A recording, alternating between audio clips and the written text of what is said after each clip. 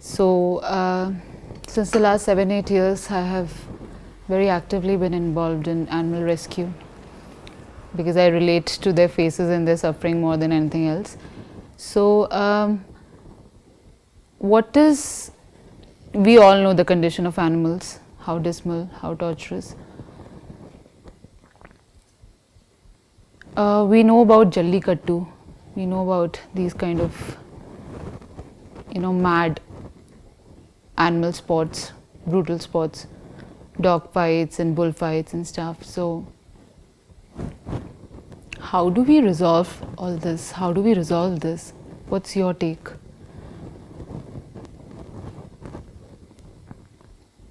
Because I've been actively there rescuing and feeding and taking care and stuff, and it's a massive juggernaut and sometimes depressing also to see how it is, right from the slaughter to everybody in my family is a non-vegetarian except for me, so every time they all come over and so there's this debate every time. So how do we again, I know it does boil down to them. You see, it's very simple. The way our bodies are, we can take in animal flesh. The fact is, there is nothing in your body that does not want animal flesh. You can bring up a child on 60-70% meat and fish and egg and this kind of diet, and the child can grow up into a physically strong and mentally active human being. It's very possible. So Prakriti, this physical nature,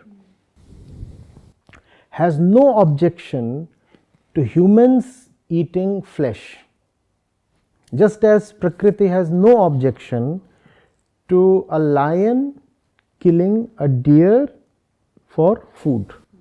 We may keep saying, oh, it is not good, this, that, forget it. Meat eaters in general, you may find, are sturdier, taller, all those things. Yes, of course, we know that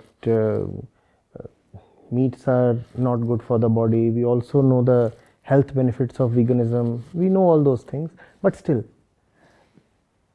the majority of the world consumes flesh copiously and is still more or less healthy. If you look at Nobel Prize winners, more than 90% of them would be flesh eaters. So it's not as if they are just doing physically well, they are doing materially and intellectually well as well, right? So, and if you compare non-meat eaters, vegetarians or vegans, to flesh eaters, you may even find that the flesh eaters are more prosperous. Because, right, the West is more prosperous and the West is largely meat eating. So there is no material argument against flesh consumption. First of all, let's get that straight. You cannot convince someone of health benefits, you cannot convince someone of prosperity, you cannot convince someone of mental health. All those arguments have very little weight, and that's why those arguments have largely failed, right? You go and tell someone that meat eating is not good for you, and the doctors say that, well, that's true. In one particular position, the doctor will tell you avoid red meat. In another position, the same doctor will tell you eggs are very good for you. Oh, this kid is underweight, give him chicken soup. So medical science is quite equivocal on that, right? You cannot very unambiguously declare that medical science is against flesh consumption, because it is not.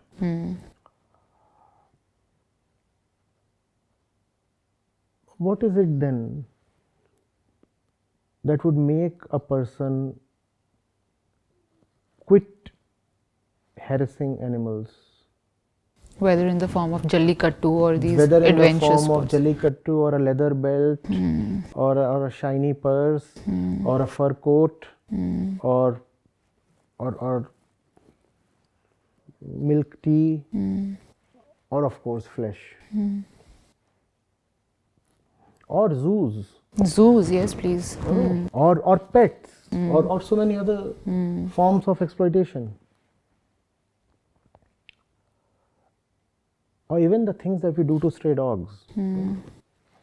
What would convince a person to not do all those things? You cannot have, remember, any material argument. Yes, there are a lot of material arguments, of course I know. I have been into this since long. But none of those material arguments clinch the day for you. They are not decisive.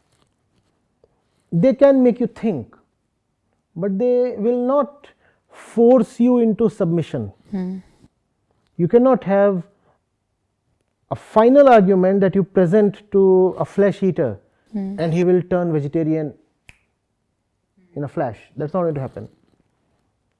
They have such creative ways of arguments. And many of their arguments are Very creative. factually not misplaced. When they say those things, they are factually not misplaced. So what is it that makes a person just do away with all this nonsense and violence? The argument cannot be material. The argument has to be related to your identity as a suffering consciousness. When you realize who you are, then you will not do things that hurt you.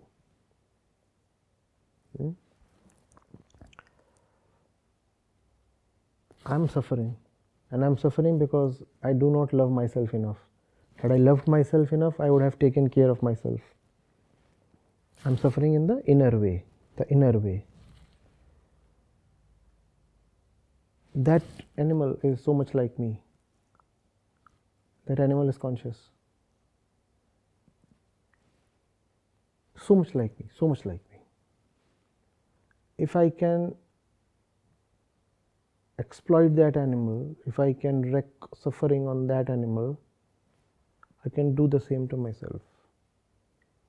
The more I am violent towards that animal, the more I am violent towards consciousness itself. Because remember, it is a mark of low consciousness to consider consciousness as fragmented. Please get the flow of the whole thing. I am suffering because my consciousness is lowly. It is a characteristic of lowly consciousness to think that my consciousness is different from your consciousness. Or that of a plant or that of Exactly. The very otherness is a characteristic of low consciousness. So I am already suffering because my consciousness is low. That is making me live in hell. And because of my low consciousness, I think that that dog or that goat or that chicken is a separate, totally isolated, totally entity that I can slaughter without any repercussions on my own well-being. That's a mark of my own lowness. Now if I slaughter that, I am just extending, reinforcing my lowness, therefore my suffering. It is a mark of high consciousness to understand that consciousness is not fragmented. The thing within that bird is the same as the thing within me. Not only the same, it is one. Therefore, if I hurt the thing within the bird, I am hurting the thing within me. I don't want to hurt myself, therefore I am not going to hurt the bird. Are you getting it? So only when you are greatly interested in your own inner well-being will you quit flesh consumption or animal harassment or cruelty. Otherwise you will continue and you will have 1,000 reasons, several of them very difficult to argue against.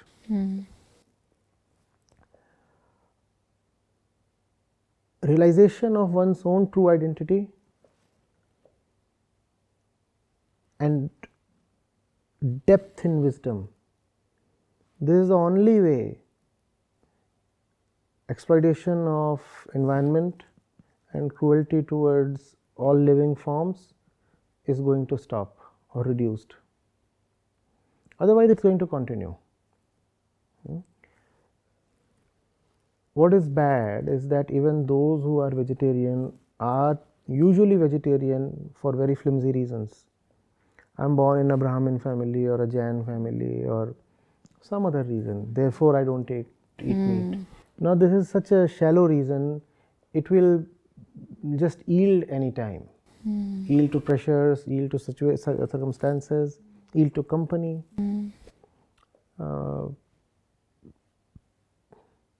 I'm a college going boy and it's a thing in my modern circle to be vegan, therefore I am vegan. Without having any spiritual core, I am vegan. Now this kind of veganism is going to be very short lived, it's not going to work. Plus that fellow is going to remain violent in spite of being vegan. And if you are violent, then that violent is going to seep into your relationship with animals in some way or the other. You may not be an active flesh consumer, but you would still be contributing to animal cruelty in some way or the other because the violence within you has not abated. So the only way we can address this this violence in the relationship between man and animals or man and woman, man and man, this entire issue of relationship is by addressing the question of identity. Unless we realize who we are, if we think of ourselves as men, women, rich, poor, young, old, we will stay very distant from the truth. Doesn't matter what your gender is, how much money you have, which caste you come from, you and I are the same because you have sleepless nights, I have sleepless nights, you have nightmares, I have nightmares, you do not know what you want, I do not know what I want. Unless we realize we are all one in our suffering, unless we look into a dog's eyes and see our own pain, it will be very difficult to stop us from hurling a stone at that dog. You have got this chicken and you have the knife in your hand. You look at the chicken, and if you cannot see something that's just from within you, you just cannot see almost your own face there. If you cannot see that being is as much afraid of death as you are, you will slaughter. You will slaughter.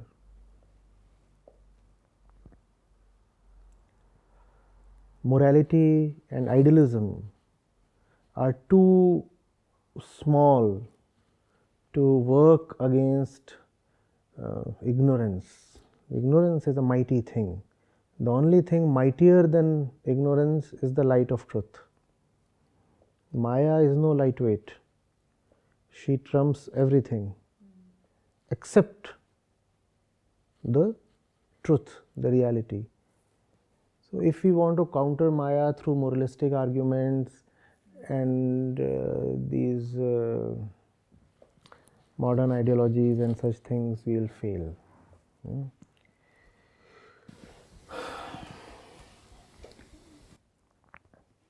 The person is a vegan, but he wants a big house for himself. The person is a vegan and he wants a big house for himself. And of course, in the house, there's going to be no leather, no fur. And the house is big. Hello, sir. How are you vegan? Where's all the electricity going to come from? Don't you know what causes the destruction of forests? You are indirectly contributing to the destruction of forests and you call yourself vegan. How?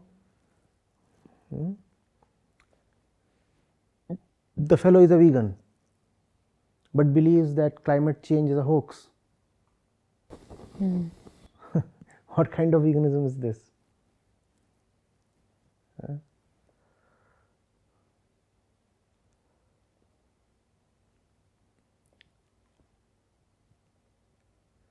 We will remain cruel because there is nothing in our physical nature that forbids cruelty. In fact, whenever I speak about animal cruelty, people retort by saying that, but even the lion kills the deer, and that's quite a revelation, because that fellow is equating himself with the animal. With the predator. With the predator. In Prakriti, we all are predators. Even the deer is a predator. Even the deer is a predator. So, the fellow is saying, I am not a conscious being, I am an animal being. I am just like the lion, and if the lion can kill, I too can kill. As long as your identity is that of the physical being, which is the animal being, you will kill. Only when you realize that you are not going to be satisfied remaining the animal being, will you acknowledge that you are the conscious being beyond the animal? Then you will say, I will not do what the animal does, because doing what the animal does is not going to satisfy me. What the animal does is for the animal. I am not the animal, therefore I cannot follow the ways of the animal. I'll do what a suffering consciousness must do, and a suffering consciousness can hardly kill and expect freedom from suffering. I'm suffering. I'm waiting outside the doctor's cabin, and what do I do there? I shoot lizards. The doctor is not going to be happy with that.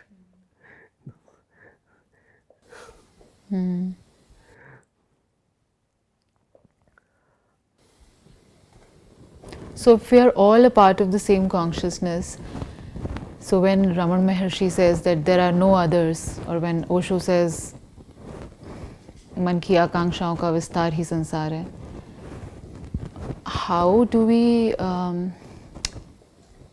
I understand that all you can do is be a good human and try to inculcate all the facts of consciousness into your being and around wherever you are.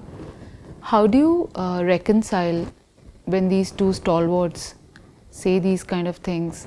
I mean, if I have to tell it to a 5-year-old. No, the 5-year-old probably already understands it intuitively. Or say an 11-year-old.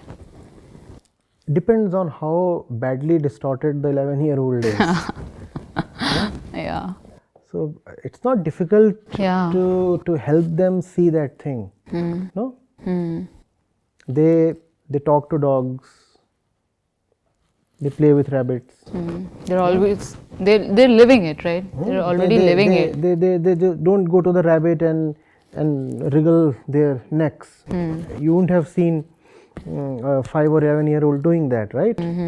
Because there is already an innate realization that the stuff and me are the same. In fact, in children's shows or comics or cartoons, you'll always find animals talking. This anthropomorphization itself suggests that kids see the same consciousness in animals as they do in themselves.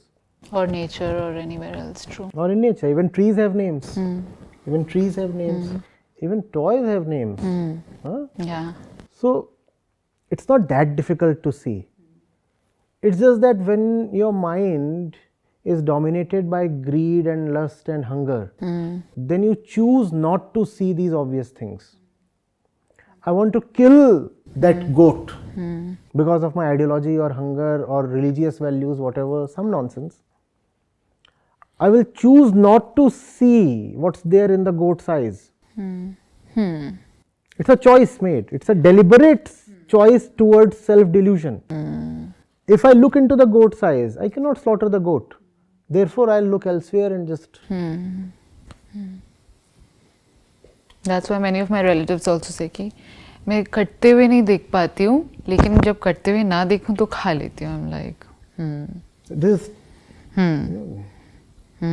You see this? Yeah. What is this? This is... You are cheating yourself in the worst possible way, and you expect life to be kind to you. You expect not to be cheated by others. If you have grown such expertise in deception, be prepared to be deceived now. Amazing.